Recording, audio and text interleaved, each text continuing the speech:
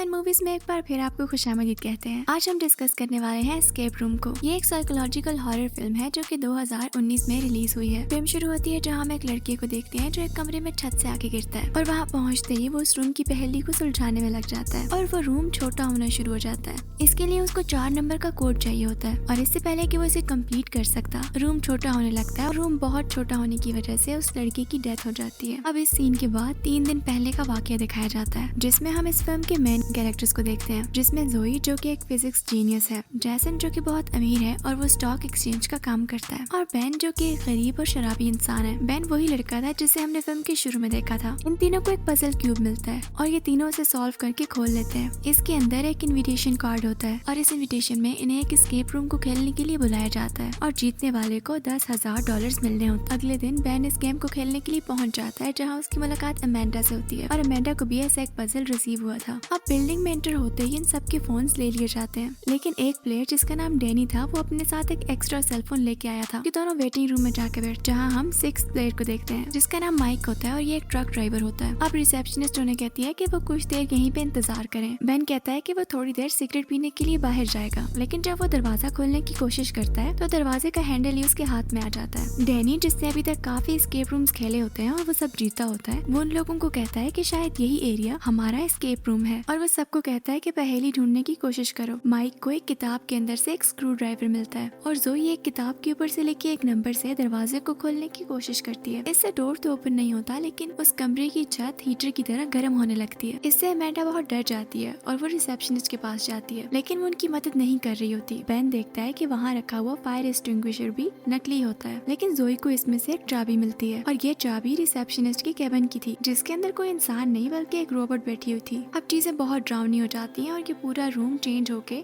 एक ओवन की तरह लगने लगता है। अब जोई को समझ आती है कि बाहर जाने की चाबी असल में एक टेबल है और अगर वो इस टेबल के 6 पॉइंट्स को प्रेस करेंगे तो बाहर जाने का दरवाजा खुल जाएगा, और वो ऐसा ही करते हैं और दरवाजा खुल जाता है। सबसे पहले जैसन उस रास्ते से बाहर जाता है और वो देखता है कि वहाँ से बाहर निकलने का रास्ता वहाँ मौजूद है। उन्हें बस एक स्क्रू ड्राइवर की जरूरत होगी और माइक के पास स्क्रू ड्राइवर होता है जो कि उसे थोड़ी देर पहले मिला था। अब माइक भी उसके साथ आता है। अब वो सोचते हैं कि अगर हम सारे बाहर निकलते रहे तो इन बटन्स को कौन प्रेस करेगा। अब इस पे जोई कहती है कि हम ग्लासेस को पानी से भर के इन सारे बटन्स पे रख देते हैं और वो ऐसे ही करते हैं, लेकिन आखिरी ग्लास की बारी पानी खत्म हो जाता है। लेकिन बेन के पास एक शराब की बोतल होती है और वो उसे उस ग्लास में भर देता है और उसके बाद वो सारे उस रूम से बाहर निकल जाते हैं और उसी वक्त वो रूम ब्लास्ट हो जाता है। अमेंडा की तबीयत बहुत खराब हो जाती है। वो असल में एक मिलिट्री सोल्जर थी, एक वॉर के दौरान बहुत मुश्किल से जिंदा बची थी। अब वो सारे लोग उस वेंट से होते हुए एक दूसरे रूम में जाते हैं और वो सारे बहुत डरे होते हैं। अमेंडा कहती है कि उन्हें इस गेम को क्विट करना चाहिए और वो डैनी के फोन से पुलिस को फोन करना चाहती है, लेकिन कोई सिग्नल्स नहीं आ रहे होते।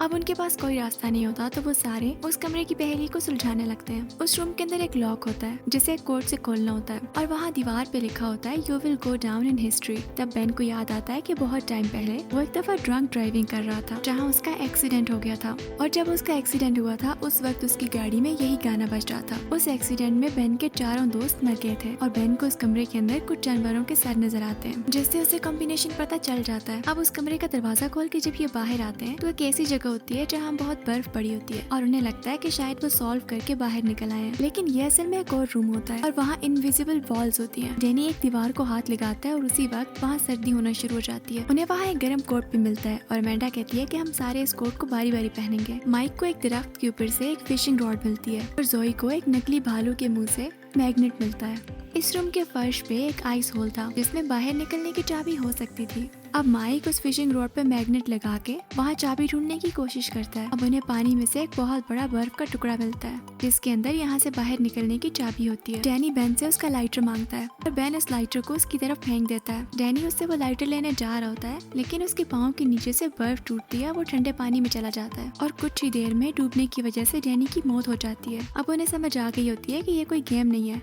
बल्कि यहाँ वो मर सकते हैं, ताकि उन्हें जल्दी करनी होगी वरना वो सब भी डैनी की तरह मारे जाएंगे। अब वो उस बर्फ के टुकड़े से चाबी बाहर निकालते हैं। अब उस चाबी से दरवाजा खोल के वो सारे उस कमरे से बाहर निकल जाते हैं। अब ये तीसरे एस्केप रूम में पहुंचते हैं जो कि एक कैसीनो रूम था, लेकिन ये रूम उल्टा था और ऐसा लग रहा था जैसे वो इसकी छत पे खड़े हों। अब वहाँ म्यूजिक बजना शुरू होता है और जो ही म्यूजिक बंद होता है उस कमरे का एक हिस्सा बहुत गहराई में गिर जाता है, यानी हर थोड़ी देर में इसका एक हिस्सा गिर जाएगा। अब माइक को अंदाजा होता है कि पूल टेबल से 8 बॉल गायब है और शायद इन्हें उसे ही ढूंढना है। अब वो उसे ढूंढना शुरू करते हैं और अमेंडा को एक जगह सेफ नजर आता है, लेकिन लेकिन उसे खोलने के लिए 4 डिजिट्स का पासवर्ड चाहिए होता है। जोई को एक पजल नजर आता है और जब वो उसे सॉल्व करती है तो उन्हें 4 डिजिट का पासवर्ड मिल जाता है, लेकिन उस पासवर्ड से भी वो सेफ ओपन नहीं होता। उसी वक्त जोई फर्श पे गिरती है और बेहोश हो जाती है। अब हमें जोई का भी फ्लैशबैक दिखाया जाता है, जहाँ हमें पता चलता है कि एक हादसे में जोई के माँ बाप की डेथ हो गई थी और सिर्फ जोई जिंदा बची थी। अब जैसन जोई को होश में लाके सेफ जगह ले जाता है। जोई अमेंडा से कहती है कि ये कमरा उल्टा है तो उसे कोड भी उल्टा ही डालना चाहिए, और जब वो ऐसा करती है तो सेफ खुल जाता है। अब सेफ के अंदर अमेंडा को 8th बॉल मिलती है जो कि किसी दरवाजे का हैंडल थी, और अब फर्श तकरीबन गिर चुका होता है और अमेंडा लटकते हुए दूसरी तरफ जाती है, लेकिन उससे वो बॉल गिर जाती है। अब वो बॉल को तो उठा लेती है और उसे फौरन से जेसन की तरफ फेंक भी देती है,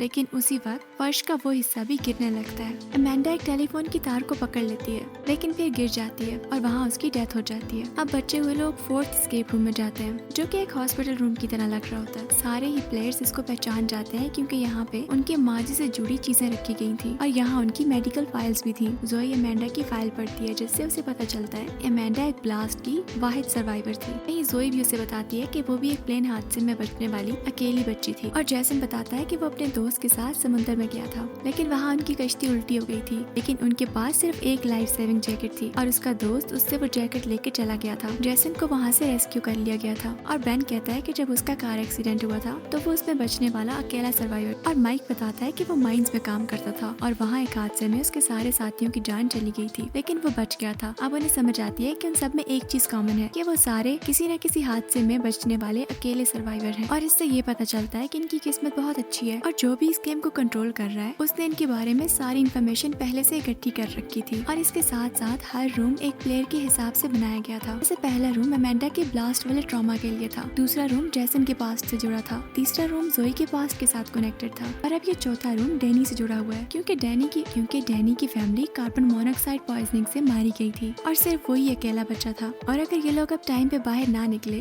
तो ये लोग भी इसी जहरीली गैस से मारे जाएंगे। अब वो सारे लोग पहेली को सुलझाना शुरू करते हैं और जोई कहती है कि हमें इन लोगों के हिसाब से गेम नहीं खेलनी चाहिए, और वो उस रूम में मौजूद सारे कैमरास को तोड़ने लगती है। अब बेन को यहाँ 3 एक्सरे मिलते हैं जिनकी साइन लैंग्वेज से उसे ECG का पता चलता है, और जैसन को वो मशीन भी मिल जाती है। अब जैसन मशीन को बेन के ऊपर लगाता है, लेकिन बेन की हार्ट बीट बहुत स्लो होती है। अब जैसन इसे माइक पे लगाता है, लेकिन उसकी हार्ट बीट भी कम होती है, तो उसकी हार्ट बीट ज्यादा करने के लिए जैसन उसे इलेक्ट्रिसिटी शॉक देता है। इससे माइक की हार्ट बीट तो तेज हो जाती है, लेकिन फिर भी दरवाजा नहीं खुलता और ज्यादा करंट लगने से माइक भी मारा जाता है। अब टाइम खत्म हो जाता है और उस कमरे में जहरीली गैस फैलने लगती है। जैसन को लगता है कि शायद उन्हें तेज हार्ट रेट नहीं, स्लो हार्ट रेट रजिस्टर करना होगा। अब वो मशीन को खुद से लगाता है और बहुत आराम से बैठ जाता है, जिससे उसकी हार्ट रेट बहुत स्लो हो जाती है और दरवाजा खुल जाता है। जैसन जल्दी से वहाँ से निकल जाता है और बेन भी उसके पीछे पीछे जाने लगता है। वो जोई को भी कहता है कि साथ चले, लेकिन जोई कहती है कि वो नहीं जाना चाहती और वो वहीं पे बेहोश हो जाती है। और अब जैसन और बेन अगले कमरे में पहुँचते हैं। अब यहाँ बेन और जैसन की लड़ाई होती है और बेन उसे कहता है कि उसने माइक को मार दिया है, और तभी जैसन कहता है कि उसका रूम में जैकेट लेके नहीं भागा था, बल्कि उसने उसे खुद मार दिया था ताकि वो खुद इस जैकेट को पहन के बच सके। तो जैसन अपनी तकदीर की वजह से नहीं बल्कि अपनी तदबीर की वजह से जिंदा बचा था। अब इन दोनों को उस रूम के अंदर एक दरवाजा नजर आता है, लेकिन तब इन्हें पता चलता है कि उस दरवाजे के हैंडल पे कोई अजीब सी ड्रग लगी थी, जिसकी वजह से इन्हें सारी चीजें अजीब अजीब नजर आने लगती हैं। अब उस रूम की छानबीन करने के बाद बेन को एंटीडोट मिल जाता है, लेकिन एंटीडोट सिर्फ एक ही होता है। अब जैसन बेन से एंटीडोट लेने के लिए उससे लड़ने लगता है,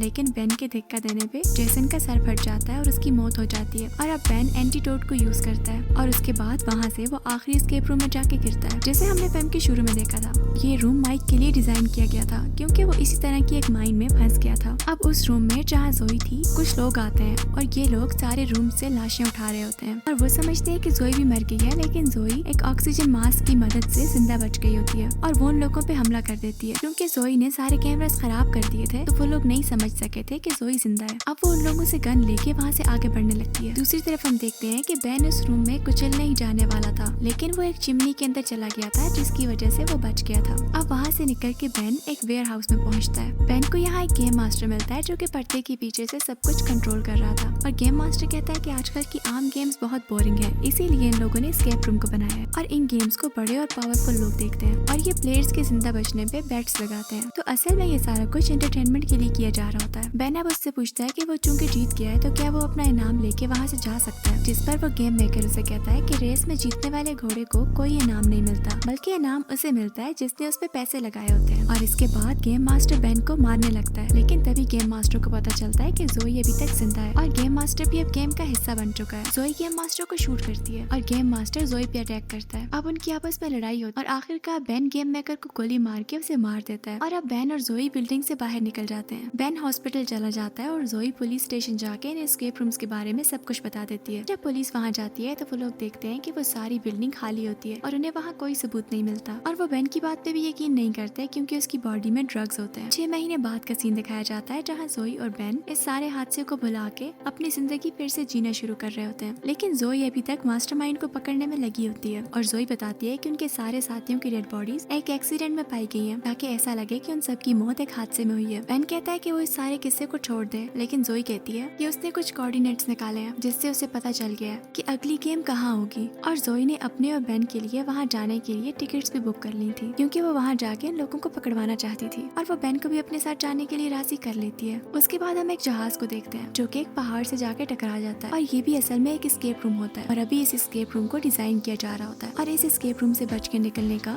सिर्फ 4% चांस है। अब हमें यहाँ ये पता चलता है कि गेम मास्टर्स को पता चल गया है कि जोई और बेन भी यहाँ आ रहे हैं और ये एस्केप रूम उन दोनों के लिए ही तैयार किया जा रहा होता है और इसी के साथ ये फिल्म खत्म हो जाती है। अगर आपको ये वीडियो अच्छी लगी है तो इस चैनल को सब्सक्राइब करना और इस वीडियो को लाइक करना मत भूलिएगा।